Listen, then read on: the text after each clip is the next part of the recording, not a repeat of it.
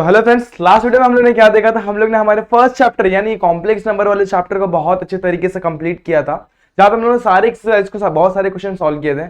आज का जो वीडियो यहाँ पे हम लोग नया चैप्टर स्टार्ट करने वाले जिसका नाम है सीक्वेंस एंड सीरीज, जहां पे हम लोग बहुत सारी चीजें नई नई चीजें सीखने वाले हैं और कुछ पुरानी चीजों को भी हम लोग यहाँ पे याद करने वाले हैं।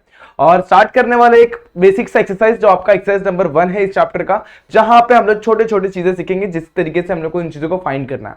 तो इन सारी चीजों को अगर आप लोगों को समझना है तो बने रहे वीडियो को एंड तक। तो कैसे आप सभी लोग, I hope you are fine. तो मैं ना सब स्वागत करता हूं आपका हमारे यूट्यूब चैनल JR कॉलेज पर। तो सबसे पहले मैं आपको ये बता दूं, अभी तक आपने मुझे मेरे इंस्टाग्राम आईडी पे फॉलो नहीं किया हो तो सिंपली आप मुझे मेरे इंस्टाग्राम आईडी यानी कि 97_Mansoor पे जाके आप सिंपली मुझे फॉलो कर सकते हैं। और क्या करना है वहां पर जाके, क्योंकि बहुत सारे डाउट्स को कमेंट सेक्शन में पूछना और उसे क्लियर करना आसान नहीं होता, इसलिए आप सिंपली उस डाउट का फोटो क्लिक करके या फिर स्क्रीनशॉट लेके मेरे साथ वहां पर शेयर कर सकते हैं। ठीक है, तो चलिए स्टार्ट किया जाए। तो आज का जो वीडियो है बेसिकली बेस होने वाला है किसके ऊपर, सीक्वेंस एंड सीरीज के बेसिक चीजों के ऊपर और थोड़े से बेसिक क्वेश्चन लेंगे वहां पर। ठीक है, तो वहां पर एक्सरसाइज नंबर जो 2.1 है वहां का क्वेश्चन नंबर 1 और 2 कंप्लीट करने वाले आज हम लोग उसी को। तो वहां पर मैंने इसी तरीके से बोर्ड पर वो चीज लिख दी हुई है। और यहाँ पर कुछ टॉपिक्स है जो हम लोग इस चैप्टर में पढ़ने वाले हैं, जैसे कि AP and GP. AP is what, तो आप लोगों को याद होगा, अगर आप लोगों ने 10th में पढ़ा होगा एपी। अगर नहीं पढ़ा तो कोई बात नहीं, मैं यहाँ पर बेसिक्स भी उसका बताने वाला हूं। ठीक है, तो डरने की कोई बात नहीं है। तो एपी क्या होता है, अरिथमेटिक प्रोग्रेशन, तो वहां पर हम लोग ये देखने वाले। और जीपी क्या होता है, ज्योमेट्रिक प्रोग्रेशन। तो 2013 के आसपास ये जो टॉपिक था ना जीपी, वो 10th में इंक्लूडेड था। ठीक है, तो इस तरीके से ये टॉपिक इंक्लूड था, लेकिन क्या क्या 2013 के बाद ना उसको सिलेबस में से हटा दिया गया, अब इसको इंक्लूड किया गया डायरेक्टली 11th में। ठीक है, तो उसके बाद हम लोग एपी और जीपी को समझेंगे। जीपी में कौन से फॉर्मूले को इस्तेमाल करते हैं, एपी में कौन से फॉर्मूले को इस्तेमाल करते हैं, वो सारे फॉर्मूले हम लोग यहाँ पर देखने वाले हैं। फिलहाल जीपी को स्टार्ट करें बेसिक के साथ, तो बेसिक एक फॉर्मूला देखेंगे और उसी के साथ हम लोग आगे बढ़ते हैं, सम ऑफ टर्म्स ऑफ जीपी। अब इसके बाद यहाँ पर एक बेसिक फॉर्मूला मिलेगा। जब हम लोग टॉपिक स्टार्ट करेंगे तो वहां पे हम लोग एसएन का फॉर्मूला सीखेंगे। किसका, एसएन का। तो वो क्या होता है वो हम लोग है ना नेक्स्ट वीडियो में समझेंगे। फिलहाल के लिए हम लोग टॉपिक को देख लेते हैं क्या क्या टॉपिक्स है। उसके बाद sum of infinite terms of GP. अब जैसे कि बहुत सारे टर्म्स होते हैं, सीक्वेंस आप लोग को मैं अब एक्सप्लेन करूंगा, और इनफाइनाइट टर्म्स को जब लिखते हैं तो उन सबको कैसे ऐड करके हमको वैल्यू निकालना है, तो इस तरीके से हम लोग को यहाँ पे इस चीज को भी समझना है। साथ ही साथ एचपी एंड एजीपी को भी समझना है। एचपी यानी क्या, हार्मोनिक प्रोग्रेशन। अब ये जो है ना रिलेटेड होता है एपी के साथ, तो उसको भी हम लोग समझेंगे जब हम लोग इस टॉपिक के रिलेटेड क्वेश्चन समझेंगे, तब जाके एचपी को हम लोग समझेंगे। और साथ ही साथ AGP is mixture of AP and GP, तो इस चीज को भी हम लोग वहां पर एक फॉर्मूले के साथ समझेंगे। लेंथी फॉर्मूला, लेकिन उसको हम लोग याद कर लेंगे। ठीक है, तो फॉर्मूले को कैसे याद करना है वो भी मैं आपको सिखाऊंगा। नेक्स्ट एएम, जीएम और एचएम, इन तीनों के बीच का एक रिलेशन सीखेंगे और किस तरीके से हम लोग को इसको सॉल्व करना है, इससे रिलेटेड क्वेश्चन सॉल्व करना वो भी वहां पर सीखेंगे। तो आज हम लोग स्टार्ट करने वाले एपी एंड जीपी के साथ। तो स्टार्ट करता हूं सबसे पहले बेसिक टर्म्स के साथ, जहां पे हम लोग सीखने वाले सीक्वेंस क्या होता है। तो सीक्वेंस आप लोग को पता है कि नहीं पता है। जैसे सीक्वेंस में क्या होता है, a set of number where the numbers are arranged in a definite order. बहुत सारे नंबर्स आपने ले लिया और उसको एक डेफिनेट ऑर्डर से हम लोग ने अरेंज किया, तो उसको बोलेंगे सीक्वेंस। क्या बोलेंगे, सीक्वेंस। जैसे आप लोग के पास मान लो कि बहुत सारी नोटों की गड्डी है और आप लोगों ने उसमें आपके पास 1 रुपए, 2 रुपए, उसी के साथ 5, 10, 50 और 100 ऐसे कुछ तो बहुत सारे नोट्स हैं। तो आपको उसको बोला है कि सीक्वेंस में अरेंज करो। तो पहले आप लोग को एक एक के नोट अरेंज करने पड़ेंगे, उसके पीछे 2 के, फिर 5 के, फिर 10 के, होगा तो 20 के, फिर 50, 20 ऐसे करके आपको अरेंज करना पड़ेगा। तो ये एक तरीके का सीक्वेंस हो गया। अब ये तो था नॉर्मल सा सीक्वेंस, लेकिन यहाँ पे हम लोग को समझना अलग अलग टाइप के सीक्वेंस देखने। ठीक है, तो सीक्वेंस में क्या क्या चीजें हो सकती है, यहाँ पर मैं लिखा हुआ है नेचुरल नंबर्स। अगर नेचुरल नंबर्स को मैं ऐसे लिखूंगा 1, 2, 3, 4, 5, 6 ऐसे करके लिखता चला जाऊंगा, तो ये एक सीक्वेंस होता है। क्या होता है, सीक्वेंस। उसी के साथ इवन इंटीजर्स बिटवीन 1 to 100, 1 से लेके 100 तक के जो इंटीजर्स हैं, अब उसमें कौन से इंटीजर्स, इवन वाले। तो इवन क्या होता है, जो 2 के टेबल में डिवाइड होता है या फिर जिसके यूनिट प्लेस पे 0, 2, 4, 6, 8 होता है। तो 1 से लेके 100 के बीच में कौन कौन से नंबर है, 2 है, 4 है, 6 है, 8 है, 10, 12 ऐसे करते करते कहां तक जाना अपने को, 96,98 बिटवीन बोला है। अब बोला है 1 और 100 को इंक्लूड नहीं करना है, तो 100 हमारा वहां पे इंक्लूड नहीं होगा। इस तरीके से हमारे जो इवन इंटीजर्स है जो 2 के टेबल में डिवाइड होते हैं वो हमारे आ जाएंगे इस सेट के अंदर, इस सीक्वेंस के अंदर। ठीक है, थर्ड जो है स्क्वायर ऑफ इंटीजर्स। अब इसमें क्या हो सकता है, देखो यहां पर 1 का स्क्वायर यानी कि 1 हो जाएगा, 2 का स्क्वायर क्या हो जाएगा 4, 9, 16, उसके साथ और क्या होगा दोस्तों, 16 के बाद क्या आता है 25, 36, और ये भी एक तरीके का सीक्वेंस है। ठीक है, तो हम लोग ने 3 डिफरेंट टाइप के सीक्वेंस देखे यहां पर। ठीक है, अब इसके अलावा हमको और क्या समझना है, देखो सीक्वेंस में होता क्या है, सीक्वेंस में जो भी टर्म्स होते हैं ना उसको किस तरीके से लेके जाता है। तो मान लो कि ये पहला टर्म है 2, तो उसको बोलेंगे फर्स्ट टर्म T1, ये दूसरा टर्म है 4, तो इसको बोलेंगे सेकेंड टर्म T2, तीसरा टर्म है 6, तो इसको बोला जाएगा T3। ऐसे करते करते करते जो लास्ट टर्म होगा उसको बोला जाएगा Tn, यानी कि nth टर्म। ठीक है, क्या बोलेंगे, nth टर्म। इस तरीके से हम लोग का सीक्वेंस होता है और उसमें कुछ चीजें होती है जो हम लोग ने यहाँ पे लिखी हुई है, first term, second term, third term, fourth term, fifth term, ऐसे करते करते nth टर्म होते हैं। यहाँ तक चीजें क्लियर होगी, बेसिक से फंडे हैं जो आप लोग को पहले से पता हुआ है। अब आगे बढ़े, देखो जैसे कि हम लोग को अभी कुछ और चीजें भी समझनी पड़ेगी, जैसे finite sequence and infinite sequence. Finite sequence क्या होता है, अगर मैंने आपको बोल दिया कि आपके पास एक नंबर का सेट ऑफ नंबर है जहां पर आपको 1 से लेके 100 तक के प्राइम नंबर लिखना है, तो क्या फाइनाइट होगा, क्या आप इसे फाइंड आउट कर सकते हैं? यस, बिल्कुल फाइंड आउट कर सकते हैं। तो जो हमारे प्राइम नंबर्स क्या होते हैं, जो जिसके सिर्फ 2 ही फैक्टर होते हैं। एग्जांपल के तौर पर देखा जाए तो 5, सिर्फ 1 और 5 उसके फैक्टर्स हैं। उसी के साथ अगर 2 को देखेंगे तो उसके फैक्टर्स क्या आएंगे, 1 एंड 2, तो 2 ही फैक्टर हुए। तो ऐसे 1 से लेके 100 के बीच में कितने हमारे पास प्राइम नंबर, 25 या 26 के आसपास कुछ हमारे प्राइम नंबर्स आते हैं, तो वो फाइंड आउट कर सकते हैं हम लोग। ठीक है, तो ये था हम लोग का फाइनाइट सीक्वेंस, और इसको अपन एक सीक्वेंस में लिख देंगे तो हो जाएगा सीक्वेंस। जैसे कि मैं लिख कर दिखा रहा हूं, 2 3 5 7 9 नहीं होगा, 11 13, ऐसे करते करते अपन लिखेंगे तो वो क्या हो जाएगा, मेरा एक तरीके का सीक्वेंस जो प्राइम नंबर को रिप्रेजेंट करता है। तो ये हो जाएगा फाइनाइट सीक्वेंस। कहां तक जाएगा,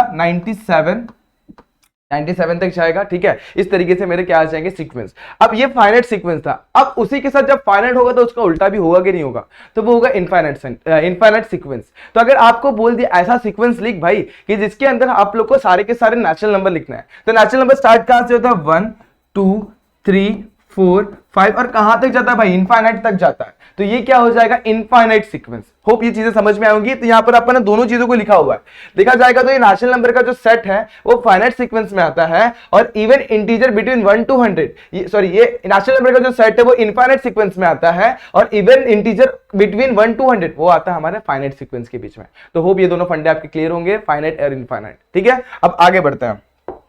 अब ये चीज सीख ली तो आप समझेंगे प्रोग्रेशन।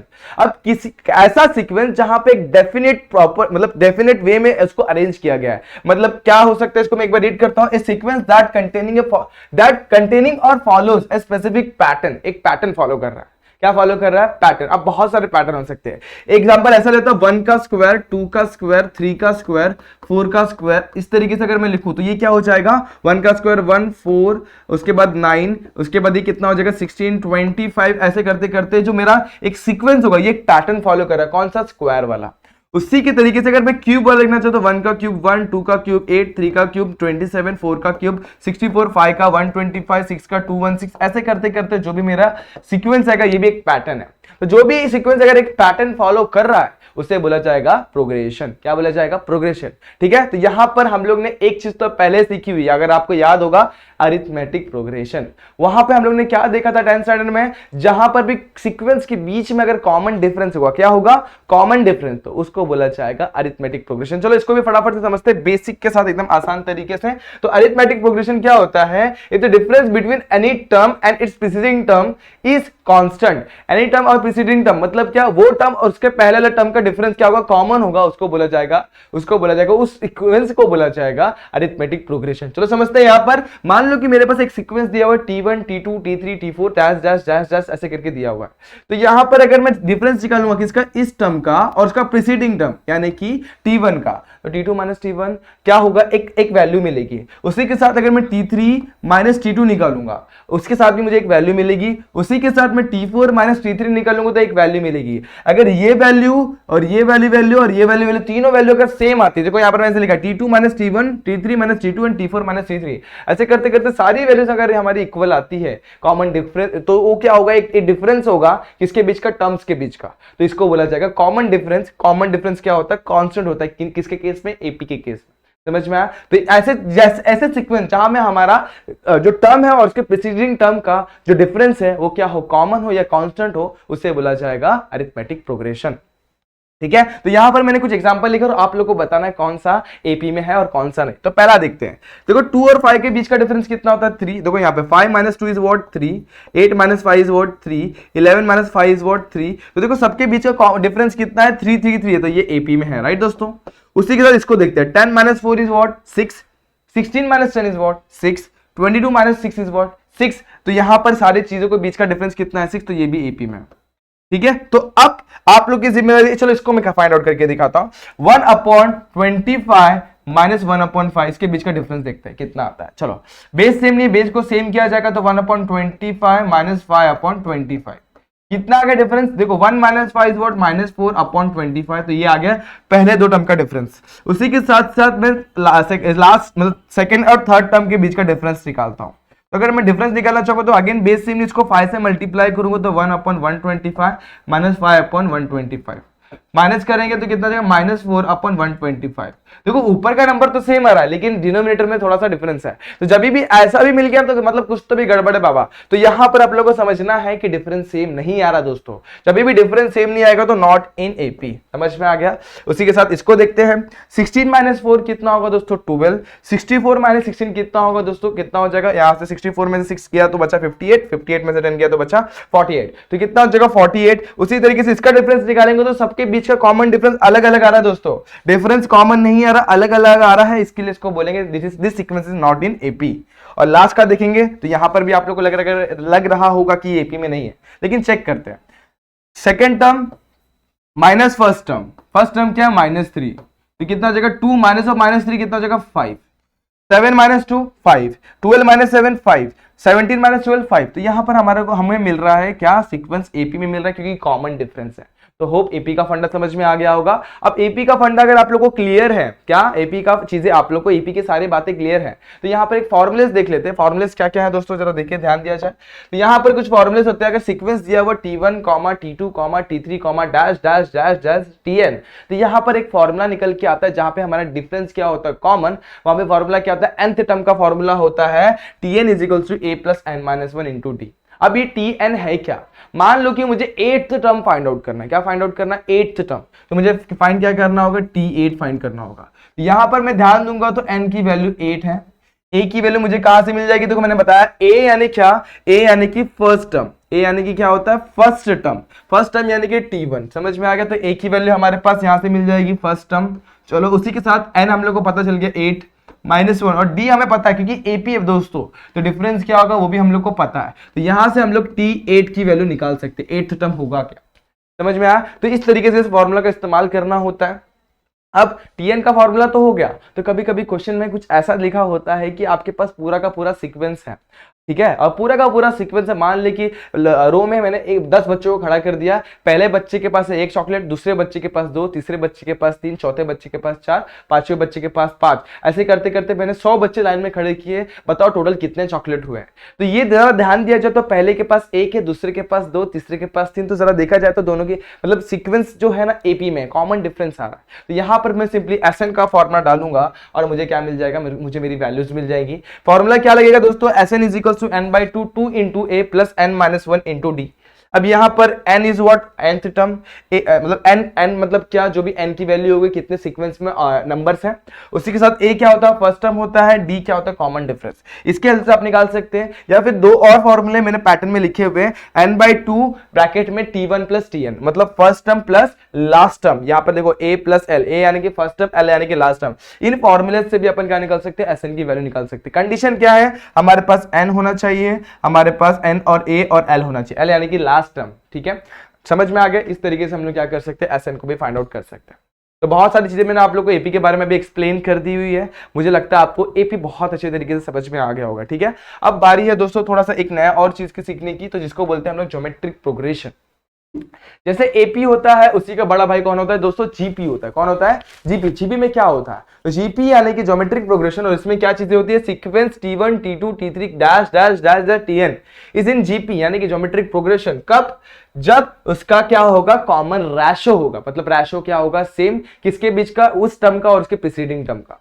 क्या होगा, रेशो सेम होगा, तब वहां पे रेशो को आर लिखा जाता है, और जब भी वो कांस्टेंट होगा, सेम होगा, तो उसको बोलेंगे वो सीक्वेंस किस में है, जीपी में। समझ में आ गया। जैसे कि एक सीक्वेंस पकड़ता हूं T1 plus T2 plus T3 dash dash dash Tn, अगर मैं T2 अपॉन T1 निकालूंगा तो मुझे मान लो कि R1 आ रहा है, T3 अपॉन T2 निकालूंगा तो मान लो कि वो R2 आ रहा है, एंड T4 अपॉन T3 निकालूंगा, ऐसे करके मैं सारे टर्म्स का निकाल के अगर चेक करूंगा, और suppose R1 equal to R2 equal to R3 दिख रहा है, यानी कि उसको मैं R लिखूंगा, मतलब वो किस में है, जीपी में है। समझ में आ गया। इस तरीके से मुझे समझना होगा। अगर ये फंडा अगर आप लोग का क्लियर है तो जीपी बहुत अच्छे से समझ में आने वाला है। फिर से मैं एक्सप्लेन कर रहा हूं, अगर कोई भी सीक्वेंस है और उनके रैशोज अगर सेम है तो उस सीक्वेंस को हम लोग बोलेंगे क्या है, वो सीक्वेंस जीपी में यानी ज्योमेट्रिक प्रोग्रेशन में। तो सीक्वेंस का रैशो कैसे निकालते हैं, उस टर्म और उसके पहले टर्म का रैशो निकालो, तो वो क्या हो जाएगा, कुछ तो भी R1 मिल जाएगा, थर्ड टर्म और सेकंड टर्म का रैशो निकालो, R2 मिल जाएगा, fourth term and third term का रैशो निकालो, इस तरीके से R3 मिल जाएगा। और अगर R1 R2 और R3 तीनों अगर इक्वल आ रहे हैं, और बहुत सारे टर्म्स होंगे, जरूरी नहीं आपके पास 3 रैशो मिलेंगे, सब सारे रैशोज अगर सेम आ रहे हैं, दैट मींस हमारा क्या होगा, जीपी में हमारा सीक्वेंस होगा। समझ में आ गया इतना, ठीक है। तो यहां पर ए और आर क्या होते हैं, ए मतलब फर्स्ट टर्म, जैसे कि लास्ट वाले कोई फॉर्मूले में था, जैसे एबी में जिस फॉर्मूले में किस तरीके से ए की वैल्यू क्या होती है, ए मतलब होता है फर्स्ट टर्म, उसी तरीके से जीपी में भी ए होता है हमारा फर्स्ट टर्म, और आर क्या होता है, कॉमन रेशो। वहां पे था हमारा कॉमन डिफरेंस, यहाँ पे होता है कॉमन रेशो, ठीक है। तो यहाँ पर भी कुछ फॉर्मुलेस तो हमें देखने पड़ेंगे, तो पहले इसको समझ लेते हैं। हम लोग को ए और आर देखना है, तो कैसे ए मिलेगा, यहाँ पे जरा कंपेयर करूंगा तो ए की वैल्यू कितनी हो जाएगी, 2 हो जाएगी। अब R की वैल्यू क्या हो जाएगी, सपोज जीपी में बोल दिया हुआ है, तो R कैसे मिलेगा, देखो ये हो जाएगा T1 T2 T3 T4, तो R की वैल्यू क्या होती है, R is what, T2 upon T1, T2 कितना है 4 अपॉन 2 यानी कि 2, इसको मैं R1 लिखता हूं, R2 देखता हूं T3 अपॉन T2 यानी कि T3 कितना है 8 अपॉन 4 यानी कि अगेन 2। इस तरीके से हम लोग क्या निकाल सकते हैं, R, तो लास्ट में हम लोग लिखेंगे आंसर। आंसर में हमारा A की वैल्यू कितनी आ गई 2, और R की वैल्यू कितनी आ गई हमारे, सिंपली वो भी 2 आ गई। सेम है, मैं इसे भी देख सकते हैं, अगर मैं देखूं राशो निकाल के देखूं तो A की वैल्यू आ जाएगी 1 और R की वैल्यू आ जाएगी 1/3। अगर चेक करके देखो आप लोग को 100% ये समझ में आ जाएगा। सेम है, मैं इसका भी A की वैल्यू 1 और R की वैल्यू आएगी आपकी -1। चेक करके देखो अगर ये आंसर सही आ रहा है कि नहीं आ रहा है, चेक करना आपकी जिम्मेदारी दोस्तों, ये दोनों क्वेश्चन को। और अगर आंसर सही आ रहा तो वेल एंड गुड, और नहीं आ रहा तो देखो गलतियां कहां पर हो रही है, ठीक है, क्या चीज हम लोग गलत कर रहे हैं। आगे बढ़े, चलो फिर फॉर्मूले को देखते हैं। अगर एक जीपी है, ठीक है, एक जीपी ले लिया अपने T1, T2, T3, T4, ऐसे करके हमारा एक जीपी है डैश डैश डैश Tn तक। T1 क्या होगा हमारा A होगा, T2 क्या होगा A इंटू आर, T3 क्या होगा A R स्क्वायर, T4 क्या होगा A R क्यूब। ये हमेशा अपने को मिलेगा अगर जीपी में है तो, ठीक है। तो जब भी ऐसे जीपी वाला फंडा दिख रहा है तो nth टर्म का वैल्यू कैसे निकाला जाता है, nth टर्म यानी कि Tn is equal to what, A into are raise to n-1। क्या होगा, ये पावर में दोस्तों, A into are raise to n-1। गड़बड़ मत करना, कभी कभी क्या होता है मालूम है, हम लोग घाई में A into are raise to n लिखते हैं और -1 नीचे लिख देते हैं, तो ये गड़बड़ हो जाता है। तो इस चीज पे ध्यान देना, ये गलती हमसे नहीं होनी चाहिए, तो जरा इस चीज पे गौर करना, फॉर्मूले को प्रॉपर्ली लिखना और प्रॉपर्ली इसको अप्लाई करना, ठीक है। तो अब ये समझ में आ गया, फॉर्मूले को आप लोगों ने नोट कर लिया होगा। प्रॉपर्टीज पे भी ध्यान देते हैं। अगर मेरा सीक्वेंस ज्योमेट्रिक प्रोग्रेशन में है, जैसे ये T1 T2 T3 Tn R मेरा क्या है, ये सब ज्योमेट्रिक प्रोग्रेशन में, तो हम लोग है ना 1/T1 1/T2 1/T3 dash dash dash 1/Tn को भी देखेंगे ना, तो वो भी हमारा जीपी में होगा। ये एपी में अप्लाई नहीं होता है, ये सिर्फ जीपी में अप्लाई होता है। समझ में आ गया। उसी के साथ अगर मेरा T1 T2 T3 dash dash dash Tn GP में है, तो अगर मैं कोई कांस्टेंट नंबर सबको मल्टीप्लाई कर दूंगा तो वो भी मेरा क्या होगा, जीपी में, एक्सेप्ट k की वैल्यू क्या नहीं होनी चाहिए, 0 नहीं होनी चाहिए। कांस्टेंट मतलब कोई देखना, मान लो 5 से मल्टीप्लाई कर दे सारे टर्म्स को, तो 5T1 5T2 5T3 dash dash 5Tn हो जाएगा, और अगर कंपेयर करूंगा तो सबका सब मेरा वापस से जीपी में ही होगा। समझ में आ गया। अब उसी तरीके से अगर मैं सबका पावर ले लेता हूं, Tn था, T1 था, T2 था, T3 था, डैश डैश डैश Tn था, सबका एक मैं कॉमन पावर लेता हूं, मान लो कि सबके पावर में मैं 2 ले लेता हूं। अब फिर से मैं अगर रैशो निकालूंगा तो भी सेम आएगा और वो भी जीपी में ही होगा। समझ में आया कि नहीं आया। तो जीपी की कुछ प्रॉपर्टीज है जो आप लोग को नोट करने की जरूरत है मेरे हिसाब से, तो इसे भी आप लोग को नोट करना है प्रॉपर्ली, और इसे समझना है किस तरीके से हम लोग इसको अप्लाई करने वाले क्वेश्चन में, आने वाले क्वेश्चन में हम लोग इन सारी चीजों को अप्लाई करने वाले हैं। डरने की कोई बात नहीं है, तो प्रॉपर्टीज को भी आप लोग नोट कर लें, ठीक है। बढ़ा जाए आगे, ये फॉर्मुलेस को आप लोग नोट कर लीजिए और उस प्रॉपर्टी को भी आपको नोट करना है। तो फिलहाल के लिए आप स्क्रीनशॉट ले सकते हैं चाहे तो, फिर मैं आगे बढ़ता हूं। अब ये जो तीन चीजें लिखी हुई है बहुत इंपॉर्टेंट है दोस्तों, सबसे इंपॉर्टेंट चीज, इसलिए मैंने यहाँ पर नोट करके लिखा हुआ है। हम लोगों ने इस चीज को स्किप कर देते हैं और भूल जाते हैं भाई ऐसा भी कुछ था क्या। तो ये चीज को भूलना बिल्कुल भी नहीं है। कभी कभी क्वेश्चन में बोलेगा find the 3 terms in GP, find the 4 terms in GP and find the 5 terms in GP, और आपको 2 कंडीशंस दे देंगे। उन कंडीशन का इस्तेमाल करके आपको जीपी में टर्म्स फाइंड करना। आप कैसे फाइंड करेंगे, तो यहां पर कुछ कंसिडर करना पड़ेगा। अगर बोला फाइंड 3 टर्म्स इन जीपी, तो क्या करना है आपको, 3 टर्म्स को कंसिडर करना है। क्या कि 3 टर्म्स को क्या कंसिडर करना है, पहला टर्म होगा ए बाय आर, दूसरा टर्म होगा ए और तीसरा टर्म होगा ए आर। ए यानी कि ए मतलब first term, R is what common ratio. इस तरीके से आप लोग को जब भी 3 टर्म्स के बारे में बोलेगा तो ऐसे कंसिडर करना है, जब भी 4 टर्म्स के बारे में कंसिडर करने बोला है तो ऐसे कंसिडर करना है, a by r cube comma a by r comma a r comma a r cube, जहां पे हमारा रेशो क्या होगा, आर स्क्वायर होगा, मतलब कॉमन रेशो जो होगा वो आर स्क्वायर होगा। उसी के साथ अगर 5 टर्म कंसिडर करने बोला दोस्तों, तो आप लोग को ऐसे कंसिडर करना है, क्या, a by r square comma a by r comma a r comma a r square. इस तरीके से आपको 5 टर्म कंसिडर करना है। होप ये तीनों चीजें आपको समझ में आएंगी, बहुत इंपॉर्टेंट है दोस्तों। अगर आपने इसको स्किप किया तो क्वेश्चन जरूर से छूटने वाला है। तो फटाफट से इसको भी नोट कर लीजिए। सबसे इंपॉर्टेंट है इस एक्सरसाइज का ये वाला टॉपिक, जो ये नोट मैंने लिखवा कर दिया हुआ है, इसके ऊपर बेस कम से कम 3 क्वेश्चन है इस एक्सरसाइज में, और तीनों क्वेश्चन में से एक क्वेश्चन एग्जाम में पूछ सकता है। ठीक है, ऑब्वियसली पूछेगा, बहुत इंपॉर्टेंट क्वेश्चन है। ठीक है, और अगर आप कोई कॉम्पिटिटिव एग्जाम के लिए प्रिपेयर कर रहे हैं तो ये चीज को आप लोग नोट करेंगे तो बहुत बढ़िया है, क्योंकि ये है ना एग्जाम, बाकी सारे एग्जाम में भी ये सारी चीजें पूछती है, find the 5 terms in GP, तो ये फिर हम लोग से छूट जाता है। तो ठीक है, तो आप लोग इसको नोट कर लेंगे, मैं फिर आगे बढ़ता हूं। तो स्टार्ट करते हैं आज का एक्सरसाइज नंबर 2.1, जहां पे हम लोग बहुत सारे क्वेश्चंस देखने वाले हैं। बहुत सारे बेसिक्स देख लिए हैं आप लोगों को, सारे बेसिक्स मेरे हिसाब से क्लियर होंगे। जहां पे अपन ने एपी देखा, जीपी देखा, एपी के फॉर्मूले देखे, जीपी के फॉर्मूले देखे, जीपी के नोट्स देखे, जीपी की प्रॉपर्टीज देखी, सारी चीजें आपको क्लियर हो जाएंगी। अब हम लोग देखते हैं हमारा एक्सरसाइज जो हमारे लिए सबसे ज्यादा इंपॉर्टेंट है। तो ठीक है, क्वेश्चन को स्टार्ट करते हैं। क्वेश्चन में क्या बोला हुआ है, check whether the following sequence are in GP. अगर है तो फाइंड करना है हम लोग को टीएन। तो टीएन का फॉर्मूला सबसे पहले एक बार फिर से देख लो आप लोग, अगर आप लोग को याद नहीं होगा जीपी के लिए टीएन का फॉर्मूला क्या होता है, TN is equal to A R raise to N minus 1। अगर ये फॉर्मूला याद है तो बहुत बढ़िया, नहीं याद हो तो फटाफट से याद कर लो मेरे साथ। TN is equal to A multiply by R raise to N minus 1। ये आर के पावर में दोनों भी एन माइनस 1 है, माइनस 1 नीचे नहीं लिखना है। ठीक है, ये मैंने आप लोग को पहले ही बताया हुआ। अब चलो स्टार्ट करते एक्सरसाइज को। तो देखते हैं, check whether the following sequence in GP और नॉट। तो देखो ये सीक्वेंस दिया हुआ है, मैंने पहले बताया जब भी सीक्वेंस दिया रहेगा तो सबसे पहले आप लोग को लिखना है टी1। टी1 कितना है, चलो मैं इसको जरा पेन को चेंज करता हूं, पेन को चेंज करके मैं येलो लेता हूं। अब देखो ध्यान दो, टी1 मुझे दिया हुआ है 2, टी2 दिया है मुझे 6, ठीक है, टी3 मुझे दिया हुआ है 18 और टी4 मुझे दिया हुआ है 54। ठीक है, सबसे पहले मैं R1 निकालूंगा। R1 क्या होता है, देखो R1 होगा T2 अपॉन T1। ठीक है, T2 अपॉन T1, तो T2 अपॉन T1 यानी कि second term upon first term, इस तरीके से हम लोग को मिल जाएगा। तो T2 कितना हमारे पास 6, T1 कितना है 2, 2 1 जा 2 3 जा कितना मिल गया 3। R2 निकाला जाएगा। अब देखो जैसे T1 R1 जो हुआ T2 अपॉन T1 हुआ, R2 क्या होगा T3 अपॉन T2 हो जाएगा। क्या हो जाएगा, टर्म 3 अपॉन टर्म 2। टर्म 3 कितना हमारे पास 18, टर्म 2 कितना हमारे पास 6, 6 1 जा 6, 6 3 जा 18, अगेन 3 आया राइट यहां तक। उसी के साथ हम लोग क्या निकालेंगे R3। R3 क्या आ जाएगा हमारे पास T4 अपॉन क्या आ जाएगा T3। ठीक है, तो T4 कितना हमारे पास, T4 की वैल्यू है हमारे पास, देखो ध्यान दो दोस्तों कितनी है T4 54 है, और इसी के साथ T3 कितना है 18, 18 1 जा 18 3 जा कितना हो गया 3 आ गया। अब जरा गौर किया जाए तो R1 equal to R2 equal to R3 है, that is equal to R, वो कितना है 3 है। समझ में आ गया, देयरफॉर गिवन सीक्वेंस किस में है, गिवन सीक्वेंस हमारा किस में है, जीपी में है। Given sequence is in GP. अब जब भी जीपी में होगा तो क्या किया जाएगा, तो हम लोग को टीएन निकालना होगा। टीएन का फॉर्मूला क्या होता है, a into are raise to N minus 1। ये r raise to N minus 1 है दोस्तों। जहां पे हमारा ए की वैल्यू जरा चेक करते हैं, ए हमारा कितना है 2 एंड आर की वैल्यू हम लोग ने जस्ट निकाली, कितनी निकाली, आर की वैल्यू 3 निकाली। तो टी हम लोग को एन निकालना है, हम लोग को एन की वैल्यू दी हुई क्या, नहीं दी हुई, तो हमको एन के टर्म में ही रखना है।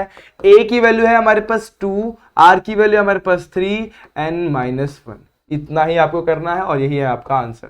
बहुत इजी क्वेश्चन था और बहुत इजी तरीके से हम लोग ने इसको सिंप्लीफाई कर लिया। ठीक है, अब सेकेंड क्वेश्चन को देखते हैं, सिमिलर वे में सॉल्व करना है। कैसे करेंगे, सबसे पहले हम लिखेंगे T1 कितना है दोस्तों 1, T2 कितना है दोस्तों -5, T3 कितना है 25, T4 कितना है, T4 है -125। तो सबसे पहले क्या निकालेंगे हम लोग, R1 निकालेंगे। R1 क्या होगा, T2 अपॉन T1। T2 कितना है हमारे पास -5, T1 कितना है 1, -5 अपॉन 1 -5, R1 मिल गया। R2 निकालो, R2 क्या होगा, T3 अपॉन T2, तो एक टर्म आगे और उसके पीछे, तो T3 कितना हमारे पास 25 और ये कितना है -5, 5 1 जा 5 5 जा, कितना मिल गया अगेन -5। R3 निकालते, R3 क्या होगा, T4 अपॉन T3, -125 अपॉन 25, 25 का टेबल नहीं आता, कोई बात नहीं, 5 का तो आता होगा, 5 5 25, अगेन यहाँ पे 25, 5 1 जा 5, 5 5 जा 25, कितना मिल गया अगेन -5। तो इस तरीके से गौर किया जाए तो R1 equal to R3 is equal R2 is equal to R3, that is equal to R कितना मिला -5। सेम मिला कि नहीं मिला, जब भी सेम मिलेगा रेशो तो उसे बोलेंगे गिवन सीक्वेंस, किसमें है, given sequence is in GP. ठीक है, जब भी जीपी में होगा तो हमें क्वेश्चन में क्या फाइंड करने बोला, टीएन। चलो टीएन निकालते हैं, तो टीएन क्या हो जाएगा, TN is equals to A into R is to N minus 1 होगा। ए की वैल्यू जरा गौर की जाए तो कितनी है दोस्तों, ए की वैल्यू है 1 और आर की वैल्यू कितनी है -5, तो ए की वैल्यू 1, आर की वैल्यू -5, पुट कर दो फटाफट से, तो T N is equals to 1 into R की वैल्यू कितनी -5 रेज टू n -1, तो Tn कितना हो जाएगा, 1 से मल्टीप्लाई कर दो same number -5 raise to n -1, that is your answer.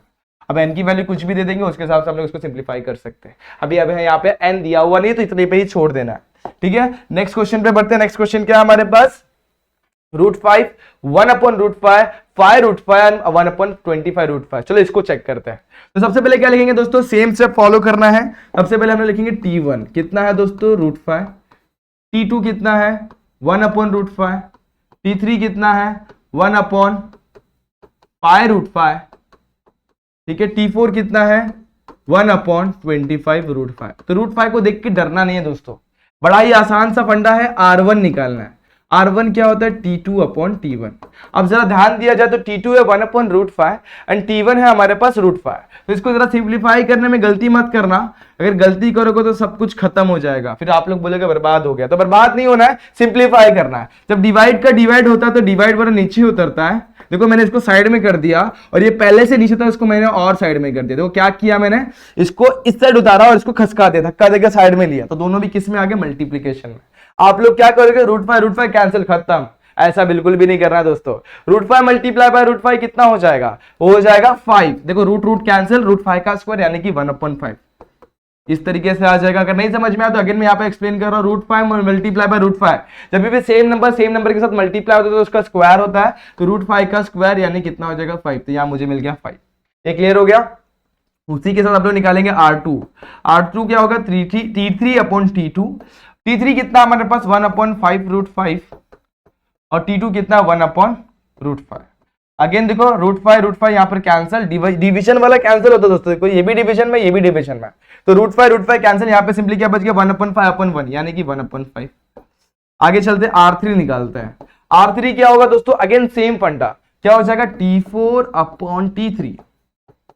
T4 कितना है 1 अपॉन 25 √5, T3 कितना है 1 upon 5 √5।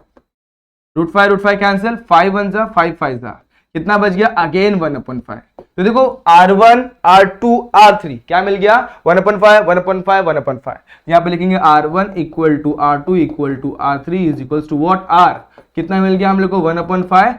Therefore given sequence is in GP. समझ में आ गया इतना, दिया हुआ सीक्वेंस किसमें है, जीपी में।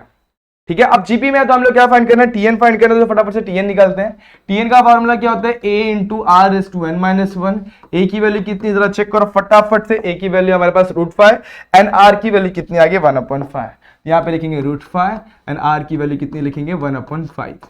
फॉर्मूले में डालो Tn is equals to what, A की वैल्यू है √5 मल्टीप्लाई बाय आर की वैल्यू कितनी हमारे पास 1/5 रेज टू n की वैल्यू पता नहीं है -1, खत्म। इस तरीके से आपको आंसर लाके रख देना है, बस यहीं तक करना है, उसके आगे कुछ करना नहीं। ठीक है, तीनों क्वेश्चन समझ में आ गए, बढ़े आगे फटाफट से। चलो फिर बढ़ते हैं। तो तीनों भी हमारे अभी जीपी में था, अब चेक करते हैं ये जीपी में है क्या। यहाँ पर T1 हमारे पास है 3, T2 है हमारे पास 4, T3 है हमारे पास 5 एंड T4 है हमारे पास 6। चलो सबसे पहले R1 निकालते हैं। R1 क्या होता है T2 अपॉन T1। T2 कितना है 4/3, ठीक है, चलो R2 निकालते हैं। R2 कितना हो जाएगा T3 upon T2 5 upon 4। R3 निकालते हैं, क्या हो जाएगा T4 अपॉन T3 यानी कि 6 अपॉन 5। ध्यान दो, सब कुछ सेम आया क्या? बिल्कुल नहीं, सबके सब का रेशो क्या है, अलग है। तो मैं क्या लिखूंगा, R1 is not equal to R2 is not equal to R3, therefore given sequence is not in GP। आसान था दोस्तों, बहुत ही आसान क्वेश्चन था, बेसिक क्वेश्चन था दोस्तों, आप लोग को क्लियर हो रहा होगा। अब यहां पर भी ध्यान दे देते हैं, तो यहाँ पे हम लोग को दिया हुआ T1 दिया हुआ हम लोग को कितना 7, T2 दिया हुआ है 14, T3 दिया हुआ है 21 एंड T4 दिया हुआ है 28। चलो इसको आप लोग चेक करेंगे और मुझे बताएंगे क्या सही है या नहीं, ये GP में है या नहीं। अगर नहीं है तो फटाफट से नीचे कमेंट करके बताना है आपको भाई ये GP में नहीं है। अगर है तो भी कमेंट करना है दोस्तों, देखना अगर आप लोगों का आंसर सही आ रहा है कि गलत। मैं पहले ही बता रहा, देखो 7 अपॉन 14, देखो 14 अपॉन 7 कितना होगा 2, 21 अपॉन 14 कितना होगा, वो हो जाएगा 3/2, 28 अपॉन 21 कितना हो जाएगा 4/3। अगर जरा कंपेयर करेंगे तो राशो सेम नहीं आ रहा है, मतलब ये भी क्या होगा GP में बिल्कुल भी नहीं होगा। चेक करके देखो आप लोग, अगर सही आ रहा है तो सही है, अगर नहीं आ रहा तो कहां गलत हो वो चेक करना है आपको, ठीक है। अब बढ़ते हैं इसमें। फॉर द GP, अभी बोल दिया होगा कि GP है, पहले से बोल दिया होगा, हम लोग को चेक करने की बिल्कुल भी जरूरत नहीं है। फॉर द GP अगर R की वैल्यू दे दी हुई है, A की वैल्यू दे दी, हम लोग को फाइंड करना है T7, तो R कितना 1/3, फाइंड क्या करना है T7। अगर जरा T7 फाइंड करना है तो इसका मतलब क्या, N की वैल्यू हमें 7 दी हुई है। इसको ध्यान देने की चीज है, आप लोग भूल जाते हैं कि N क्या दिया हुआ है, तो N हम लोग को ऐसे ही दिया जाता है TN, यानी कि N की वैल्यू 7, ठीक है। इस चीज को कंपेयर करना सीखे। अब आगे बढ़ते हैं, GP के लिए TN का फॉर्मूला क्या होता है, A इंटू R⁻n-1। N की वैल्यू कितनी है यहाँ पे 7, A की वैल्यू है 9, R की वैल्यू कितनी है, R कहा गया हमारे पास 1/3 रेज टू 7-1। 9 मेरा वैसे ही रहेगा 1/3 रेज टू 6, राइट है यहाँ तक। अब इसको मैं कैसे लिख सकता हूँ, देखो सिंपल है, 3/6 है, क्या है 3/6, मतलब 3 कितने बार मल्टीप्लाई होने वाला, 6 टाइम, 3 इंटू 3 इंटू 3 4 हो गया, 3 इंटू 3 इंटू 3, इस तरीके 6 बार आ गया। 3 3 9, 9 कैंसिल, कितना बच गया 4 टाइम, 3 3 9, 9 3 27, 23 सॉरी फिर से देखिए, 3 3 9, 9 3 27, 27 3 81, तो हमें T7 की वैल्यू कितनी मिल गई 81, 1/81, ठीक है। इजी था दोस्तों, किस तरीके से हम लोग इसको फाइंड आउट करना आप लोग को समझ में आया होगा। 1/6 होता है 1 और 3/6 को अपन 6 बार ऐसे करके 3 को लिख सकते हैं, यही होता है फंडा पावर का, ठीक है। अब आगे बढ़ते हैं, ये आसान क्वेश्चन था, आप लोग फिलहाल के इसको स्क्रीनशॉट ले सकते हैं, फिर हम लोग आगे बढ़ते हैं।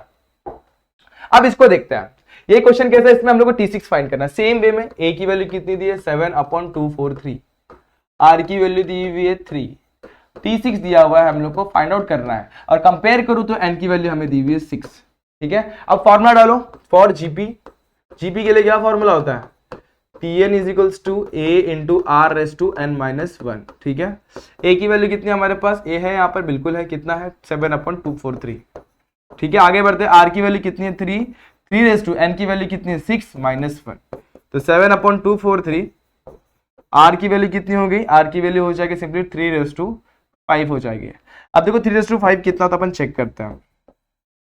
3/4 अपन ने जस्ट निकाला, कितना होता है 81, और 81 को अगर एक और बार 3 से मल्टीप्लाई करेंगे तो हो जाएगा 3/5, तो 81 मल्टीप्लाई बाय 3 कितना, 3 1 3, 3 8 24, तो मतलब 243 होता है, कितना होता है 243, तो यहाँ पर 243, ये 243 कैंसिल, कितना आ गया 7, तो T7 किसकी वैल्यू, T6 की वैल्यू कितनी आ गई 7। इस तरीके से आपका आंसर आने वाला है दोस्तों, ठीक है। आसान था, बहुत ही ज्यादा आसान था। अब ये क्वेश्चन पे बढ़ते हैं, यहाँ पर फाइंड करना है T6 नहीं फाइंड करना है, इस बार फाइंड करना है हम लोग को A।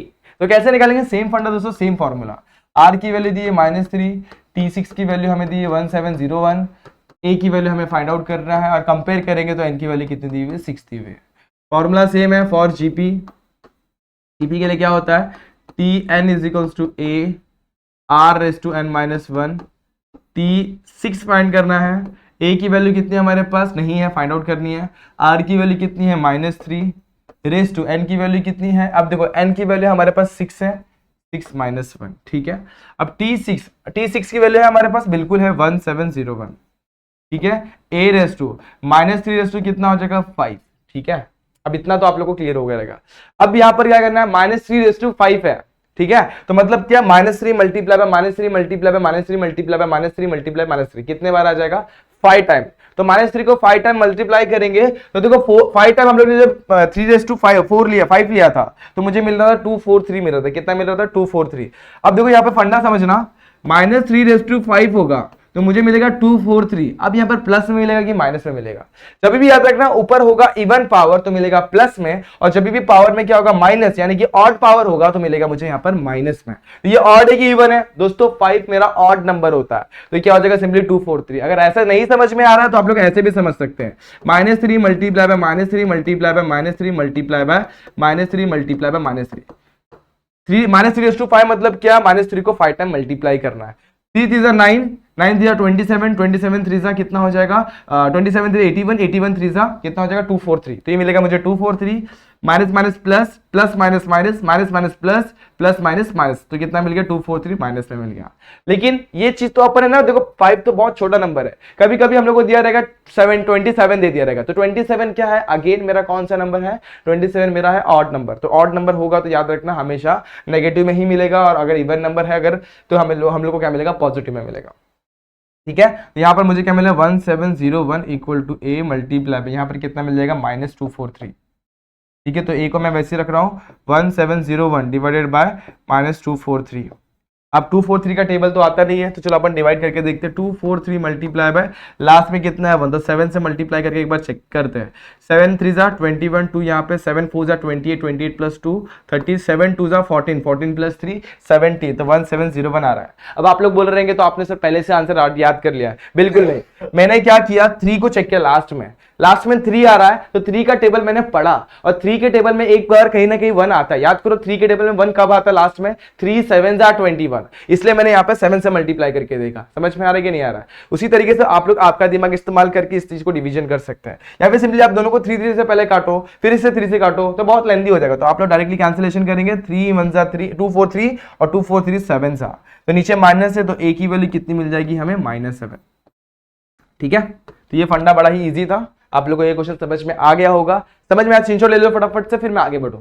ठीक है, चलो आज के लास्ट क्वेश्चन के ऊपर बढ़ते हैं, फटाफट से इसको समझते हैं क्या है इस क्वेश्चन में। तो ए की वैल्यू दी हम लोग को 2/3, T6 बोला है हमें 162, यानी कि n की वैल्यू कितनी हो जाएगी? 6, और बोला है r फाइंड कर भाई। चलो फाइंड करके देते हैं इसे। Tn फॉर जीपी के लिए, फॉर जीपी Tn का फॉर्मूला क्या होता है? a into are raise to n-1 होता है। Tn, n की वैल्यू कितनी है दोस्तों? n है हमारे पास 6 है, बिल्कुल हाँ है।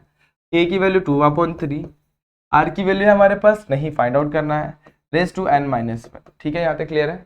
ओके, आगे बढ़ते हैं। अब आप लोग सोच रहे हैं आर को ऐसे लिखना है कि ऐसे? भाई आर तो आर होता है, इसको कैसे भी लिखो, ऐसे भी लिख सकते हैं, ऐसे भी चलेगा। आगे बढ़ते हैं। T6 की वैल्यू कितनी है? 162 is equal to 2/3 multiply by r raise to n-1। 162 multiply by 3 क्या हो जाएगा? 162 multiply by 3/2 r raise to n-1। ठीक है, अब 2 1 281। ठीक है, तो 81 मल्टीप्लाई बाय 3 है, इसको r रेस टू n-1 लिख रहा हूं फिलहाल। ठीक है, अब देखो 81 मल्टीप्लाई बाय 3 कितना होता है दोस्तों? 81 मल्टीप्लाई बाय 243 होता है। कितना होता है? 243 होता है। ये हो जाएगा r रेस टू n-1। अब आगे क्या करना है? तो यहाँ का स्टेप बहुत ज्यादा इंपॉर्टेंट, अगर आप लोग को समझ में आ रहा है तो वेल एंड गुड, नहीं समझ में आता तो यहाँ पर ध्यान दो। 243 को मैं लिख सकता हूँ 3 रेस टू कितना? 5 लिख सकता हूँ, और ये क्या हो जाएगा? r raise to n-1। समझ में आ रहा है? ये क्या हो जाएगा? r raise to n-1। ठीक है, अब जरा गौर करना, अगर मैं इस पर ध्यान दूं तो n की वैल्यू अगर मैं यहाँ पर लिखता हूँ, देखो n-1 कितना? n की वैल्यू हमारे पास कितनी दी हुई है? n की वैल्यू हमें दी हुई है 6, तो r के पावर में क्या लेंगे? 6 - 1, 3 रेस टू 5 कितना हो जाएगा? 6 - 1 कितना होता है? 5। तो जरा कंपेयर करूं, 3 raise to 5 is equal to r raise to 5। जब पावर सेम है ऑब्वियसली क्या होगा? बेस भी सेम होगा, यानी कि therefore comparing both the side, तो हम लोग को r की वैल्यू कितनी मिल जाएगी? 3। इस तरीके से हमें आर भी मिल गया। तो इस तरीके से हम लोगों ने बहुत सारे क्वेश्चन आज सिंप्लीफाई किए दोस्तों, बेसिक क्वेश्चन सिंप्लीफाई किया। आप लोग इसका स्क्रीनशॉट ले लें, फिर मैं आप लोग को एक्सप्लेन करूं क्या करना है इन क्वेश्चंस में। सिंपली आप लोग को फॉर्मूला याद रखना है, किसका कौन सा formula? Tn is equal to AR raise to n-1। उसी के साथ मैंने 3 प्रॉपर्टीज लिखवा कर दी है। जब आप लोग को 3 टर्म्स फाइंड करने होंगे जीपी में तो क्या याद रखना है? 4 टर्म फाइंड आउट करेंगे तो क्या याद रखना है? और 5 टर्म के लिए मैंने आप लोग को कुछ तो भी दिया हुआ है नोट करके, तो आप लोग को वो नोट करके रखना हुआ है। ठीक है, तो हम लोग ने जो क्वेश्चन सॉल्व किया आप लोग को आपकी नोटबुक में सॉल्व करना है। कहीं भी डाउट, कहीं भी दिक्कत है तो आप लोग को मेरे साथ इंस्टाग्राम पे शेयर कर सकते हो और साथ साथ कमेंट सेक्शन में कमेंट भी कर सकते हो। ठीक है, तो होप ये वीडियो आपको पसंद आई होगी। अगर पसंद आई है तो like the video, share the video, subscribe our channel. मिलते हैं नेक्स्ट वीडियो में जहां पे हम लोग इसके आगे के क्वेश्चन देखेंगे। तब तक के लिए stay tuned and good bye.